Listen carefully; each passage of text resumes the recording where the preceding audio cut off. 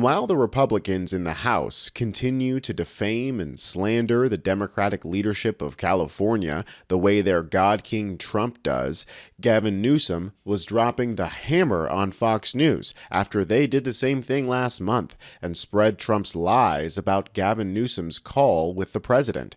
Newsom already proved that the administration was lying about when the phone call took place and what was said in that call, and despite this, the lies kept flying. But first, check out the debate on the floor of the House. Their resolution, of course, is completely political. One of their whereas clauses is, whereas California's leadership has prioritized protecting illegal immigrants and violent individuals over U.S. citizens. That's just defamation of the law enforcement officials in California. It is defamation against the governor of California, the mayor of Los Angeles, the sheriff in Los Angeles County, the chief of police in LA, all of whom fought to put that violence down when riots broke out.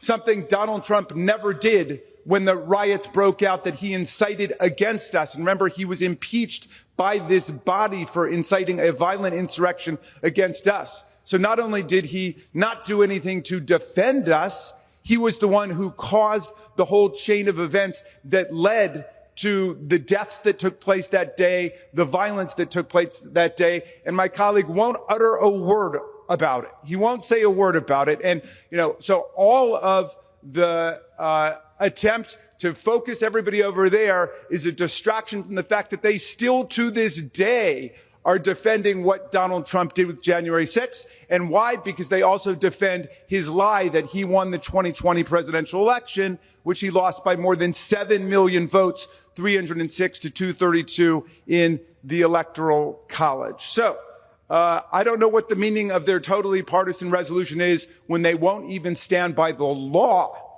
Thank you, Mr. Speaker. I rise in fierce opposition to this performative and misleading resolution that reads like a cheap script treatment looking for a second-rate director.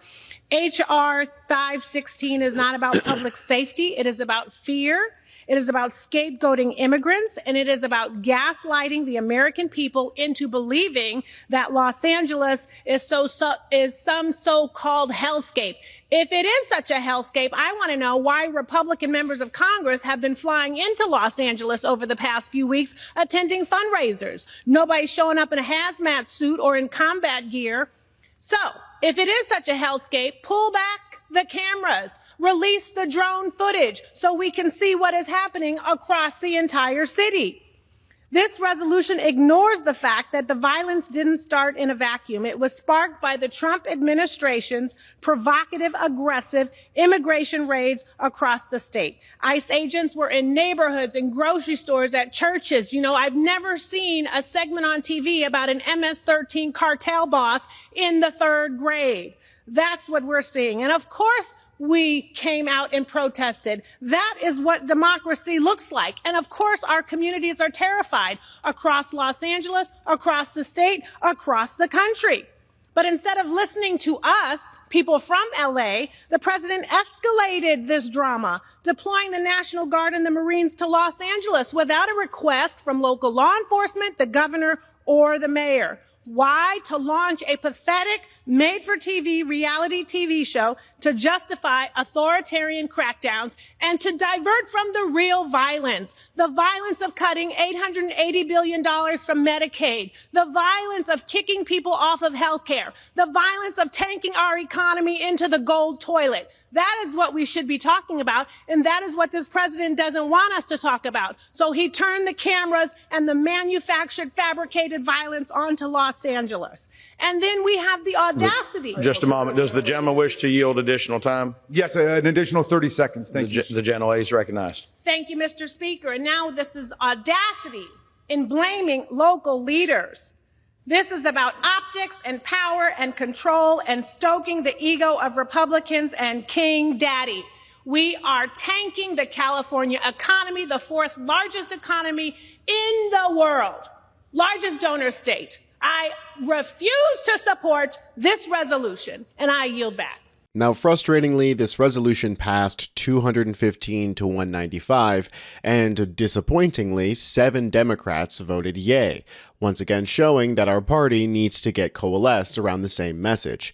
One of the reasons why it was disappointing was that one of the claims made by the resolution was that Gavin Newsom was prioritizing undocumented immigrants over citizens' safety, which is straight up defamation.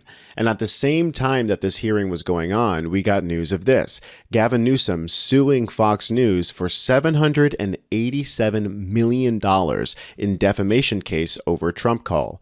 What's interesting about this is that it's continuing the trend of Democrats using Republican strategies of lawfare that have been successful for Donald Trump against Donald Trump.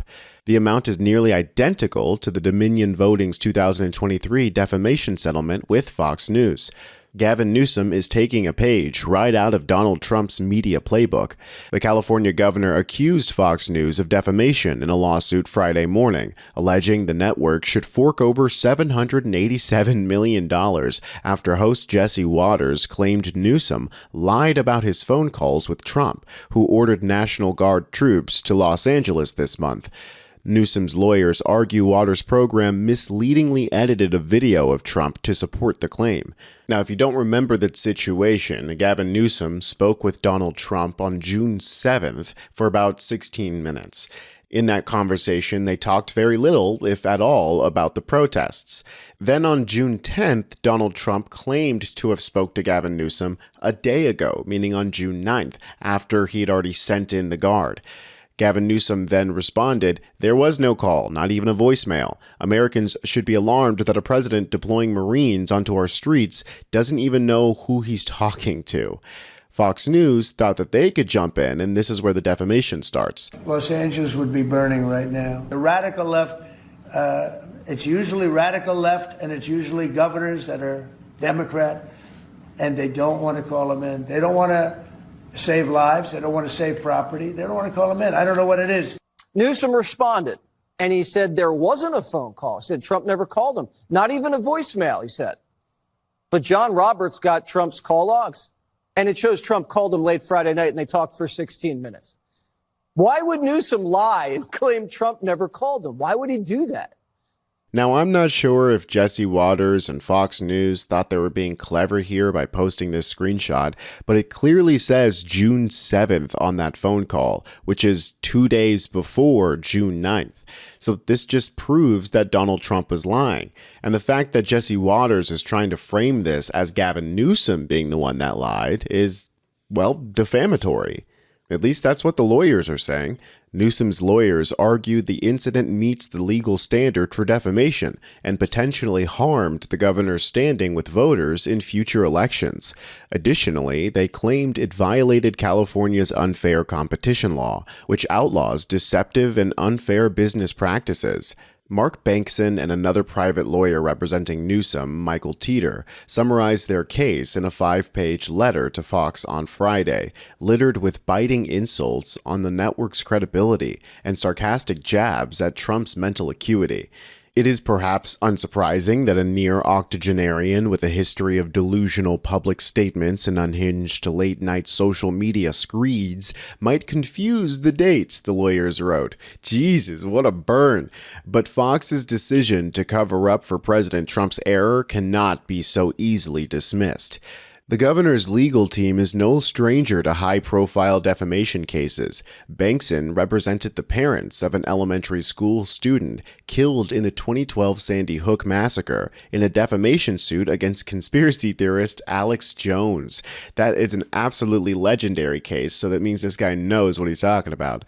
Bankson's team secured a verdict in 2022, ordering Jones to pay $49.3 million in total damages, and leading to InfoWars bankruptcy. In my eyes, Mark Bankson is already a national hero for getting Alex Jones partially off the air. I'm Tony Hinderman with Really American, and I'll catch you next time.